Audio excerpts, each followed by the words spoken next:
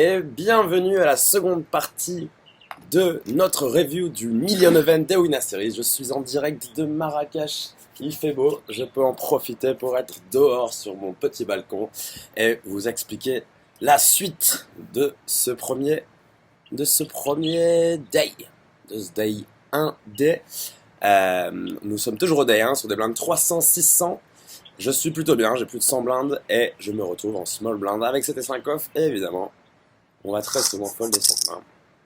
Et on va juste enchaîner sur la main d'après. Paire d'as en grosse blinde. Relance UTG de notre ami. Collé en small blind. Ok, donc ici c'est une situation où je pense que les deux plays sont bons.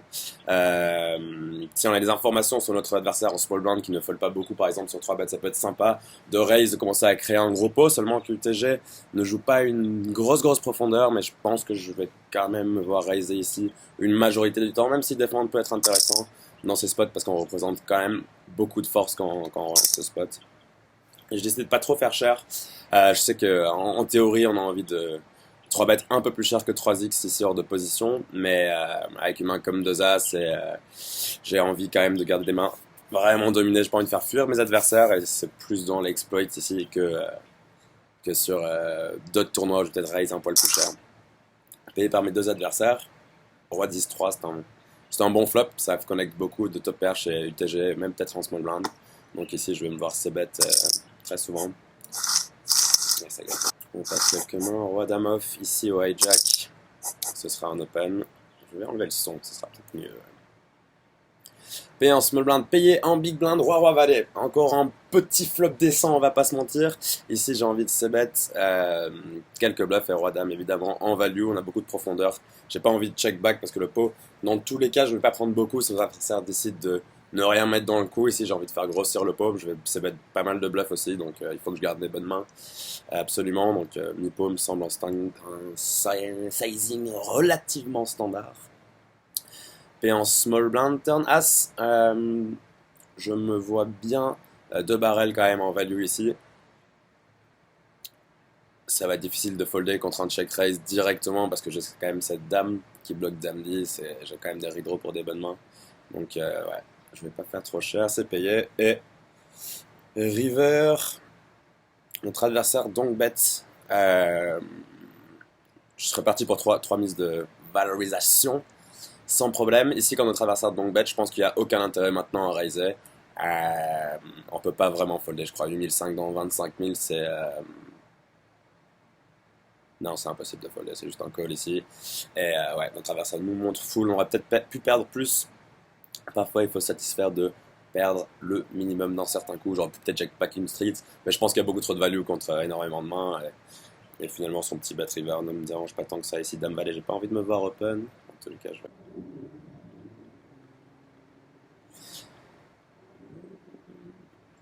Ici, roi dame off, ça va être un candidat de 3 bêtes de temps en temps. Si notre adversaire fold très peu sur 3 bêtes, on peut commencer à prendre de la value pré-flop. Ceci dit, je préfère être sûr de garder les mains dominées une partie du temps.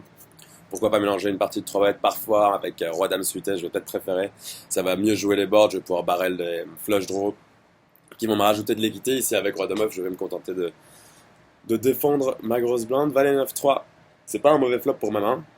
Je vois pas trop d'intérêt à check raise ici. On a King High qui bat la majorité de bluffs de nos adversaires, même si notre adversaire a fait l'erreur peut-être de se bet une main un peu fébrile, type A6 ou A7. Je vais pouvoir gagner le coup par la suite. Mais non, pas énormément d'intérêt à check raise. Peut-être avec un backdoor flush draw ce serait mieux, mais King High reste très fort. On a de l'équité comme vous pouvez voir. On peut frapper la quinte à tout moment. Ici, il n'y a aucun intérêt de lead, je vais protéger ma range de call le flop. Je call le flop avec énormément de valets, énormément de neufs que je n'ai jamais lead la turn. Donc je pense que ça sert pas à grand chose de lead. Ok, j'ai pas lead. Notre adversaire décide de check back. River est une dame. River est une dame et je pense... Est-ce que notre adversaire peut bluffer? Je pense que notre adversaire peut bluffer de temps en temps s'il a ses bêtes, une main type 2-6, 2-7. Ouais, c'est ça, As-5, une main pas top à ses bêtes. Est-ce qu'il va value cut avec 2 paires? C'est possible, je pense que s'il a par exemple Dame Valet ou Dame 10, Il va peut-être miser river lui-même. Par contre, en misant ici, je vois quand même très peu de bluff. Parfois, je peux tourner en 9 en bluff, mais ça va pas m'arriver si souvent. Ça va vraiment être ouais, mes seuls bluffs ici, peut-être un 9. Sinon, les autres font énormément de paires assez fortes pour gagner au showdown finalement. Mais je décide de miser quand même. Ok, donc ouais, je vais pencher pour 2 tiers pot ici. C'est vrai que finalement, quand je call le flop, j'ai pas énormément de rois, si ce n'est peut-être roi 9, roi valet. Roi 10 et ouais, roi dame, ça en fait quelques-uns quand même. Je vais en 3 bet quelques-uns pré-flop, je vais pas tous les jouer comme ça et je pense que je peux peut-être plus extraire de la value en misant ici cher contre mon adversaire plutôt que et de le faire payer avec une main qu'il aurait peut-être check back et ouais, il paye avec dame 10. Donc ça c'est une bonne nouvelle. Je pense qu'il aurait potentiellement misé lui-même, peut-être pas aussi cher. Donc sur cette main en particulier, je crois que j'ai pris le max. N'hésitez pas, hein, pendant une vidéo, je trouve que c'est super important parfois de pas faire pause, revenir sur certains aspects, juste pas la regarder de suite avec toutes les mains qui s'enchaînent. C'est assez intéressant de prendre son temps. S'il y a un micro truc que je dis que vous ne comprenez pas complètement, une vidéo d'une demi-heure ou 35 minutes devrait se regarder en 1 heure, 1 heure et demie. Donc n'hésitez pas à faire pause. Ça peut vous aider. Parfois, je sais que je parle rapidement et que je peux potentiellement mâcher mes mots. Donc, non, n'hésitez pas à revenir dessus. Moi, je dois quand même review tout ce tournoi ici. Je ne vais rien faire avec mon valet 4 suité, tout simplement. Valet 10 suité UTG, 75 blindes. On est content d'avoir cette main.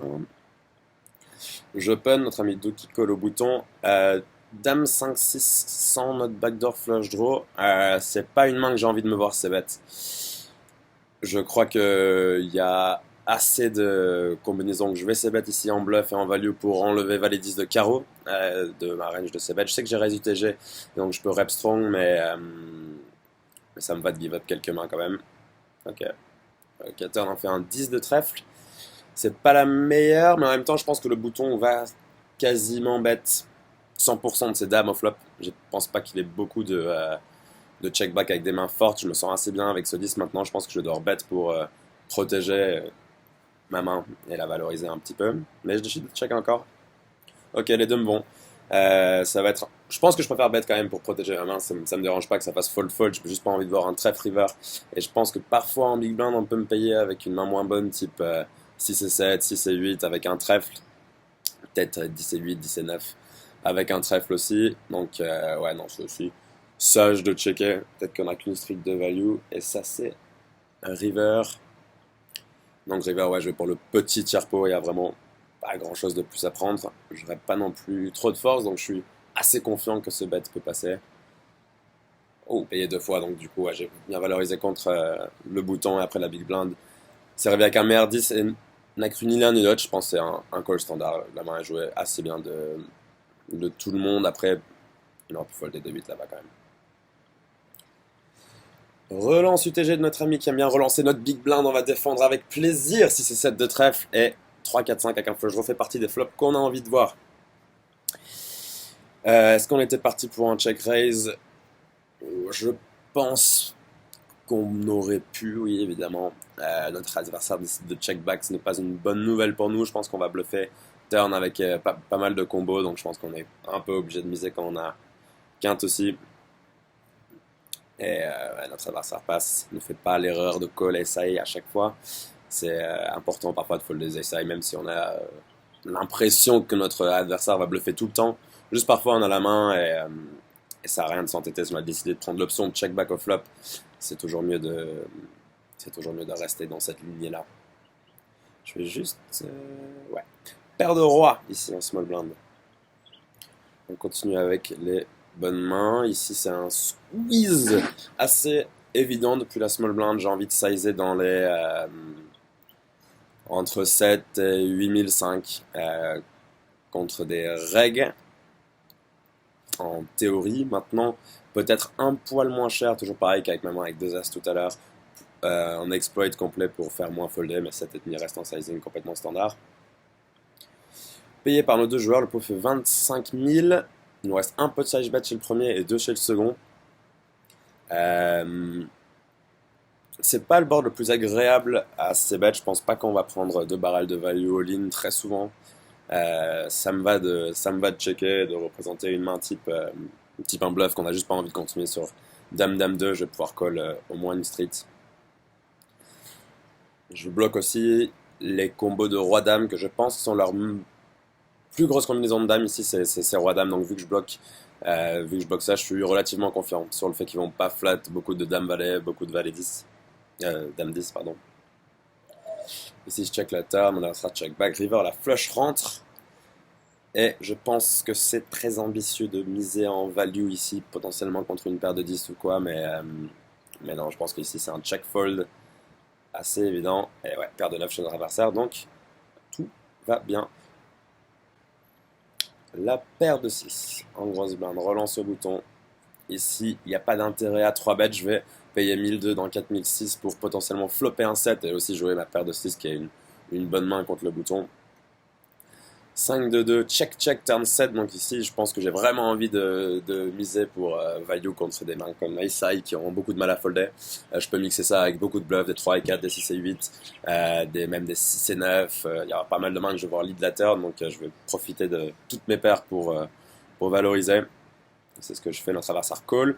Et river doublette du 5, donc pas très dangereux, je pense que mon adversaire va miser beaucoup de ces 5 dès le flop, ce qui fait que il en a plus beaucoup. Les draws miss, et donc du coup je vais me servir de ma paire de 6 encore une fois pour value. J'ai l'impression que les gens ont du mal à folder un as sur les bords double pairés, surtout quand quelques draws ont loupé, donc je pense qu'un petit 6-7 000 fera l'affaire. Check. Non, il faut value ici, Romain. J'étais peut-être pas dans une bonne. J'avais pas mal de table aussi. Ici, c'est sûr qu'il faut value, je crois. Je vois pas trop l'intérêt de checker, sachant qu'il va check back très souvent en as, et on aurait pris un petit 6000 de value assez souvent. Ouais. Ouais. On peut pas bien jouer toutes les mains, c'est impossible, c'est impossible. Mais non, finalement, ouais, je préfère me voir bet, c'est sûr, même si notre adversaire, c'est pas la plus grosse calling station du monde. Ici, par dessus, c'est trop fort pour ne pas value plutôt facilement. Dame 10 suité UTG en reste sur un open relativement light, surtout en full ring, mais ça, encore une fois, ça ne me dérange pas sur ce genre de tournoi où je me fais quand même playback pas très souvent. Je vais checker parce que je pense pas ici avec Dame 10 que je vais avoir 3 barrels de value. Je pense que je vais plus pouvoir induce des bluffs en checkant de temps en temps. Je vais peut-être prendre plus de value en faisant ça. Ou en tout cas, j'en aurai maximum 2 dans cette main. J'ai beaucoup de mal à me voir extraire 3 barrels contre par exemple paire de 10 ou paire de 9 ou à 7 suité. Et donc du coup, je vais commencer par déguiser la force de ma main. Et après, je serai enclin plus facilement à prendre mes 2 streets de value. Encore une fois, j'ai décidé de checker. Non, ici, il faut bet, je crois bien. Là, j'ai envie de prendre 2 streets de value. Il n'a pas bet le flop, donc il a très rarement Dame Valet, Roi Dame. Après, peut-être que ça va l'induire sa bluff de temps en temps. Et river, je mise 3000. Ok, je me fais payer par ça. Et donc, c'est cool. J'ai quand même pris peut-être le maximum contre cette main. En particulier, je pense qu'il y a beaucoup d'autres mains que je peux prendre 2 barrels, type de 8, de 9, qui vont juste jamais me croire, qui vont check back le flop. Ouais, après contre des mains type Ace on a toujours qu'un seul barrel de value. Mais bon, c'est cool d'être un peu ambitieux et d'essayer de prendre plus que ça. On relance 3 blindes maintenant de notre ami Dog 08. As-Dame suité en grosse blinde, ça va être une défense. Encore une fois, je n'ai pas du tout envie de go broke 68 blindes avec As-Dame suité. Si je 3 bet ici et que mon adversaire fait tapis, je vais devoir folder. Genre, je gaspille une équité énorme avec ma main. En même temps, je peux encore une fois déguiser la force de la main à défendre en grosse blinde. C'est un bon flop pour ma main, ça. 10-6-6 avec 2 carreaux. Je vais décider de check call. Je vois pas trop l'intérêt à check raise sur notre adversaire, par exemple, à relancer avec 3 blindes avec une main qui est mieux qu'un 10, par exemple, le flop. Il va jamais folder sur un check raise, même si très deep, je peux représenter les 6. Il n'a pas l'air trop chaud de folder sur un check raise. Je garde ses bluffs parce que mon ace side tout simplement est devant ses bluffs. C'est 7 et 8, même c'est dame valet, c'est roi dame qui va se bet. Donc j'ai même pas envie de faire folder ses mains finalement parce qu'ils ont trop peu d'équité et peut-être qu'ils pourront bluffer sur mes cartes. L'adversaire check encore. River, les carreaux qui rentrent. Je décide de checker. Je ne suis pas fan. Encore une fois, je pense que je préfère miser. Ici, quand je check, j'ai très souvent un 10 et c'est impossible de faire folder un 10. Donc je pense que je vais jamais induce en bluff en fait en checkant parce que ça montre que j'ai de la showdown value et que ça va être très difficile de faire folder un 10 sur ce board là. Alors que quand je bet, je peux avoir des mains type 8-9 suités, 7-8 suités qui qui sont pas du flush draw, que juste check calling gut shot, que je vais être inclin à bluffer river. Donc j'ai quand même envie d'avoir des mains de value. Ici, flush en fait partie. Et waouh, il a check back 2 as. Je ne prends pas le maximum dans cet épisode. Mais bon, c'est un bon check back ça. Waouh. Ok. Roi dame suite, ce sera un open ici au hijack. 9-7-2, ce n'est pas un board que j'ai envie de c-bet, c'est un range advantage plutôt net pour la big blind. Je vais c-bet avec pas mal de mains qui font au moins des backdoor quinte et des backdoor flush, roi dame de trèfle n'en étant pas une. Check back. Turn un valet de trèfle, celle-là par contre je vais m'en servir, il va y avoir des mains type roi valet que je n'aurais pas c-bet, as valet que j'ai pas c-bet, que je vais commencer à valoriser maintenant. Je vais mettre la pression quand c'est un 7 sur 2 barrels chez la grosse blind ici, quand je vais bet la turn, sera toujours pour bet la river. En bluff, ici la small blind call. Et je frappe une bonne petite gut shot river. Quand la small blind call, j'ai l'impression qu'elle a souvent soit un flush draw, soit un valet dame, valet 10, une main comme ça. Et je pense que... Ouais, je pense qu'on va essayer de tout lui demander ici. Il va jamais folder un 8 par exemple, s'il avait flat une main type 10 et 8 suité, qu'il a pas raise la turn ou valet 8 suité, une main comme ça. Ça m'étonnerait quand même, mais ça peut exister. Il va jamais folder, il va avoir parfois du mal à folder deux paires type valet 10, 9 et 10 suité. Donc ouais, je pense que je peux lui demander la totalité sans trop de problème. Et notre adversaire passe. Roi 7 suite au bouton, ce sera un open quand tout le monde fold jusqu'à moi. Roi valet 3, je vais pouvoir checker de temps en temps roi 7, c'est une main pareil, je vais avoir un peu de mal à extraire 3 barrels de value, mais je peux aussi miser de temps en temps, il n'y a aucun problème. Là je fais vraiment pas cher, donc ça me va. Turn en 9 de carreau. Ici je vois pas l'intérêt de miser ma main, je pense que mon adversaire foldera un valet tout le temps, et que je vais vraiment me faire payer que par mieux. Et river valet, donc ici je ne bats plus rien. Il y a la flush qui est rentrée, il y a dame 10 qui est rentrée, il y a le valet qui double, donc toutes les mains que je pouvais battre au flop, je ne bats plus. Et donc Romain, s'il te plaît, ne call-mock pas celle-là. Allez, là c'est tout bon. On a réussi à la folder. C'était pas si dur, c'était pas si dur. Paire de 7 en grosse blinde. Relance, wow, attends, stack qui a 12-13 blindes. Flat de notre dog 08, nous je pense qu'on va juste se contenter de... Ouais, on peut faire deux choses là en fait. On peut shove, parce qu'en se disant qu'il va pas. S'il avait raise peut-être plusieurs mains avec 15 ou 16 blindes, ça se trouve, il peut raise fold. Et que notre adversaire a joué tellement de mains qu'on sait qu'il n'est pas si souvent que ça en trap et qu'il colle peut-être un peu trop pré-flop. Donc je vais profiter de cette situation pour mettre une pression max, quoi. Je peux faire tapis ou je peux payer aussi 1200 et essayer de faire brelan. Mais ça ne m'étonnerait pas que je fasse tapis ici, ici avec paire de 7. Parce que j'aurais payé dans tous les cas ces 12 blindes et je pense que Dog 08 va folder très souvent. Ils collent tous les deux, As-Roi et As-10 suité, donc je préfère quand même shove As-Roi pré-flop parce qu'on va juste deny l'équité de la grosse blinde qui va pouvoir défendre avec pas mal de mains. Imagine j'ai par exemple 8-9 suité, je vais défendre, je vais raiser mon équité gratuitement et contre As-Roi c'est une catastrophe.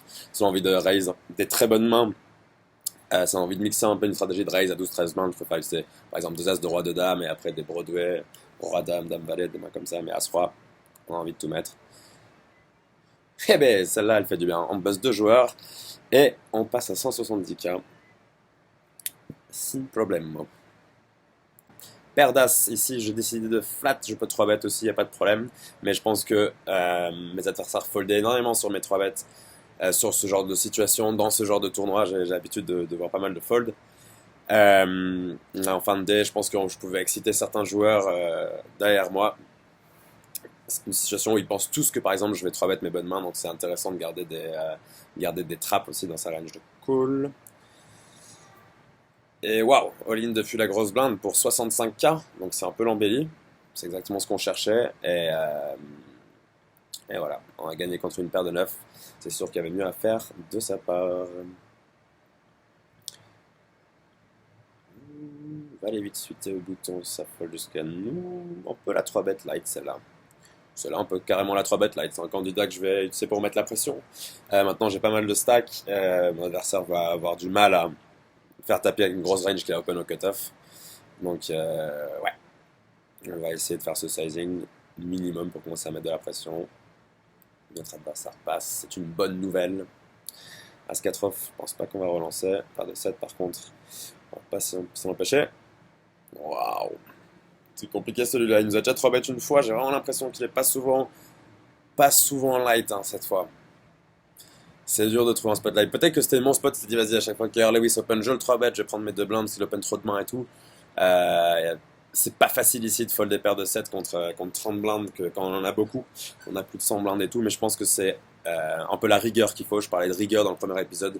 Durant tout un tournoi, si on prend tous ces spots un peu et qu'on commence à les shove à tout va en se disant qu'ils sont light parce qu'on a beaucoup de stacks, finalement notre stack fond. Je n'ai pas besoin de gagner ce coup pour mon tournoi, il va absolument rien changer. Alors que si je commence à perdre 30 blindes par-ci par-là, ça peut vite dégringoler.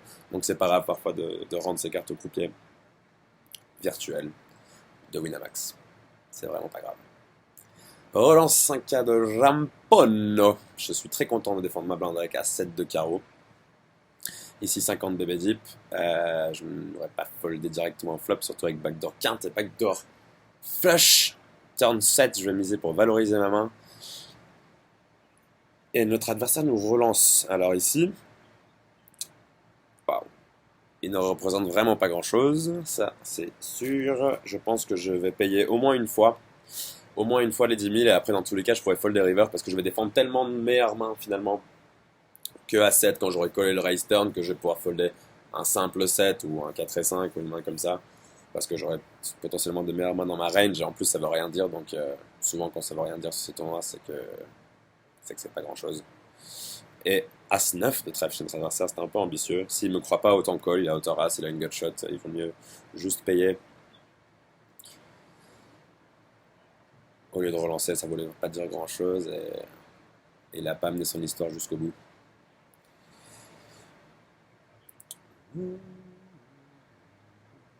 On relance encore une fois de notre ami 3 blindes.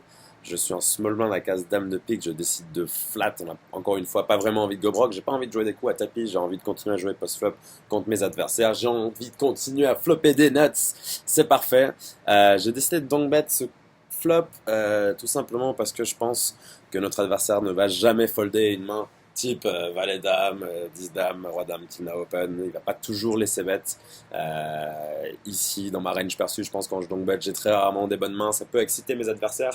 Et lui, avec son bluff de la main d'avant, de 5-6 mains avant, j'avais l'impression que c'était peut-être un joueur un poil plus faible que les autres qui pouvait me donner ses jetons plus facilement. Et il a shove, mais bon, rien à dire là. Borland Valley, on l'a complètement setup. Il n'y a rien de mal joué de sa part. Si ce n'est que j'aurais peut-être préféré le voir juste call parce que je vais pas coller énormément de mains à tapis à part des très très bonnes mains. Donc finalement, ouais, je préfère quand même le voir call, mais bon, c'est un setup, on peut rien lui dire. Et nous, on passe tout tranquillement à 150 blindes, à 50 mains de la fin du jour. Relance ici au hijack, roi valet off, ça passe. Dame suité en petite blinde. Je pense que ça fait partie des mêmes raisonnements. On peut 3 bet encore une fois pour value, mais j'ai envie de jouer post-flop, j'ai envie de garder tous mes adversaires post-flop. Vraiment, c'est le standard de 3 bet ici, c'est vraiment standard. Le sizing va être entre 15 et 16K. Le problème, c'est que j'ai pas envie de folder sur un tapis de parconateur et ça me dérange vraiment pas de jouer post-flop. Je pense que les deux me vont. Je ne vais pas choisir cette main-là pour miser. Je vais avoir énormément de combinaisons que je vais flat en small blind qui vont miser plus simplement sur ce board, type roi-dame, dame-10, peut-être 2-8, 9 et 10 suité, valet 10 suité sont tous des mains que je préfère. Genre des flush draws, peut-être des rois-dame à trèfle, des as-dame à trèfle, des as-dame à carreau que je vais préférer bet.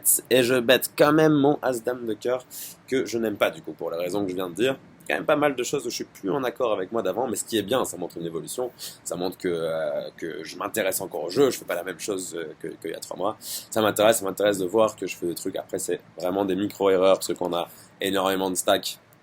Là, j'ai envie de parfois mettre la pression, on se dit si ils ne pas ce board, ils sont tous les deux en mode give-up, mais quand même, je préfère choisir d'autres combinaisons.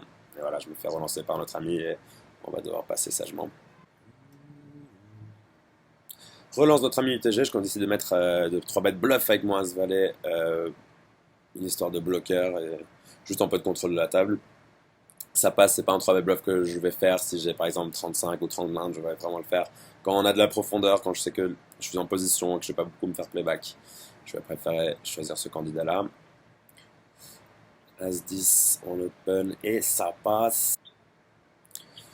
As-4, on va pas la jouer au A3 non plus. Valet 9 suite et UTG. Avec mon stack, je me vois open ça sans problème. On flop en flush draw. Je vais m'en servir pour c-bet quand même très souvent sur un board à 6-4. Il n'y a pas beaucoup de joueurs qui vont avoir des très bons as parce qu'ils auraient sûrement 3 bêtes as-roi et parfois as-dame pré-flop. Moi, parfois, par contre, j'en ai beaucoup. Et c'est ma avec laquelle je vais avoir le fait. Un doublette de l'as, c'est intéressant. Même si notre adversaire, par exemple, a payé des paires, il va avoir du mal à continuer à payer une paire quand je vais lui mettre un deuxième barrel important. Ici, 25 000, soit la moitié du pot. Mon adversaire, ouais, même s'il a, disons, paire de 8, paire de 10, je bloque paire de 9, paire de valet. C'est pas la pire main pour le faire, pour ces raisons-là. Même si paire de valet, il va quand même 3 bêtes très, très souvent. Il va avoir du mal à continuer. S'il a flotte une main type roi-dame de carreau, dame-valet de carreau, si elle décide de pas me croire sur un 6-4 au bouton, utiliser sa position pour me flotter et bluffer le coup par la suite, il sera donc obligé de folder. Mais il décide de payer. Et donc du coup j'abandonne parce que je pense qu'on va voir ça maintenant a très souvent un as et qui va très rarement coller avec moi bien. Donc je décide de pas bluffer ce coup river. Et ça me va. Ça me va, ça me va, ça me va. Roi valet de cœur ici, on arrive aux 15 dernières mains. Est-ce que j'ai gagné un coup en grosse main? Oui. Avec dame 8. Open au bouton, c'est vrai qu'on a vraiment envie de défendre la main favorite de notre génie préféré. Elle fait pas très souvent des bonnes combinaisons, mais on peut s'en servir pour faire plein de choses. Ici, roi dame 3, je ne vais pas folder une dame, bien entendu. Ça va sans se dire. Turn 2, c'est intéressant ici, mon adversaire mise une deuxième fois. Je peux folder des dames contre certains adversaires, juste que lui, je dois avoir plein d'informations sur le fait qu'il misait plusieurs barrels de manière fréquente. Ça me va de payer 2 fois de temps en temps. On fait 2 paires river. On fait 2 paires river. Et sur ce coup, il faut vraiment que j'ai des informations sur mon adversaire pour donc bet, je crois. Ça vient 8 et on a envie de finalement se dire on va prendre la value contre un roi qui pourrait check back de temps en temps.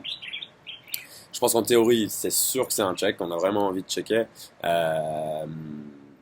Parce qu'on a envie de protéger nos flush draws peut-être, de toute façon qu'on va check fold, mais nos dames surtout, qu'on va check fold river sur une troisième mise, je pense que notre adversaire par contre ne va pas continuer avec énormément de bluff, c'est-à-dire qu'une fois qu'on a call 2 fois, on a quand même souvent un roi, et donc du coup notre adversaire va quand même pas miser si souvent en bluff, c'est valet 10, c'est valet 9, c'est flush draw, donc ça peut devenir intéressant de lead contre un adversaire par exemple qui ne bluffe jamais et qui par contre call tout le temps en roi, et je pense que sur un tournoi comme ça, c'est ce que j'ai envie de faire. J'ai envie de me rassurer qu'il va call par exemple un gros montant avec un roi. Et je me dis dans tous les cas, il m'aurait pas bluffé avec d'autres mains. Donc ça me dérange moins de donc bet que par exemple contre des excellents joueurs. Je vais être plus équilibré où je vais toujours checker river ici sans trop de problème. Donc les deux me vont. Après si je donc bet le sizing, j'ai envie de faire 30k je crois. Un petit nipo. Je décide donc bet Chero. Donc ouais, je l'estimais pas comme un joueur professionnel, je crois, parce que c'est pas une line que je vais prendre en théorie pour ne pas me faire exploiter. Ici, j'ai très clairement zéro bluff, juste que il faut que ça les adversaires le comprennent, et je pense pas qu'ils le comprennent tous, et c'est quand même difficile de folder un roi de paire de nos jours, mais ça passe. Ça fold, il a sûrement pas grand chose. C'était pas non plus. Ça peut sembler choquant de jouer une main comme ça, mais parfois il faut juste dévier un petit peu de la théorie qu'on connaît. Ce n'est pas grave. 10 et 9 suité en petite blinde. Je vais voir en flop. Je vais me servir. Oh, au flop, j'allais nulle part. Maintenant, turn. On a quand même beaucoup d'équité. Le problème, quand on bet ici, j'ai l'impression qu'en 3 joueurs, on va très rarement faire folder un as, quoi. Il y a souvent un as chez un des 3 joueurs. Par Conator qui raise ici, donc qui bat ici, pardon, et une fois que j'ai check, ça va c'est sûr être dans l'esprit de check raise, représenter un maximum de force et mettre un maximum de pression sur nos adversaires. On est tous profonds, donc ici j'ai pas envie de me voir payer, très clairement j'ai une gut shot et un flush draw, ça va être un de mes bluffs préférés, et en value je vais avoir des mains type as-valet, paire de 7, paire de 4, parfois à 7 suités, as 4 suités, que je vais défendre en small blind, donc j'ai quand même pas mal de mains de value, et celle-là je vais m'en servir en check raise comme main de bluff. Le sizing me va assez bien. Payé par Jeff BR, il nous reste 88 000 dans 120K et on fait la carte magique, elle fait pas rentrer le flush draw, mais nous sommes tout de même nutsés. Et il n'y a pas d'autre sizing que faire tapis, je crois bien, et payé par 7. Donc c'était vraiment, vraiment une mauvaise turn pour lui et une superbe river pour moi. Je pense que sa place, je préfère quand même faire tapis à la turn en protection. C'est pas sûr que je vais bluffer la river et je serais obligé de payer avec une main avec autant d'équité. Donc peut-être que je préfère faire tapis à la turn à sa place. Mais on a monté un tout beau stack ceci dit. Roi 8 de cœur contre 3x, ce sera un fold. As 9 off, je vais open très sûrement. De paire, je vais essayer de check back. Le 10, en fait, je vais bet quand même au flop très souvent. Un as, après, ça me va quand de mixer de temps en temps. Si notre adversaire il nous dit se level pas beaucoup, on a envie qu'il fasse une paire parfois pour pouvoir se level, pour parfois bluffer et tout. Je vais juste mettre une mise river. Notre adversaire avait décidé de jouer tranquillement cette main. Et on arrive tout doucement mais sûrement à la fin, sans aucune main jouée. Donc voilà, c'était la dernière main du jour. Dame 2, je ne suis sûr que j'ai pas fait de la folie. On l'a passé tout simplement. Et on finit donc le D1 du Million Event des Winner Series avec 470K. On reprend sur la prochaine vidéo. Day 2, on va essayer de mettre la pression avec notre stack. On se rapprochera de l'argent et donc du coup on verra peut-être certaines considérations ICM, mais on sait qu'il y a beaucoup de payés et qu'avant les grosses places et avant de pouvoir rêver, il y a encore beaucoup de chemin. Merci à tous de m'avoir suivi et à bientôt.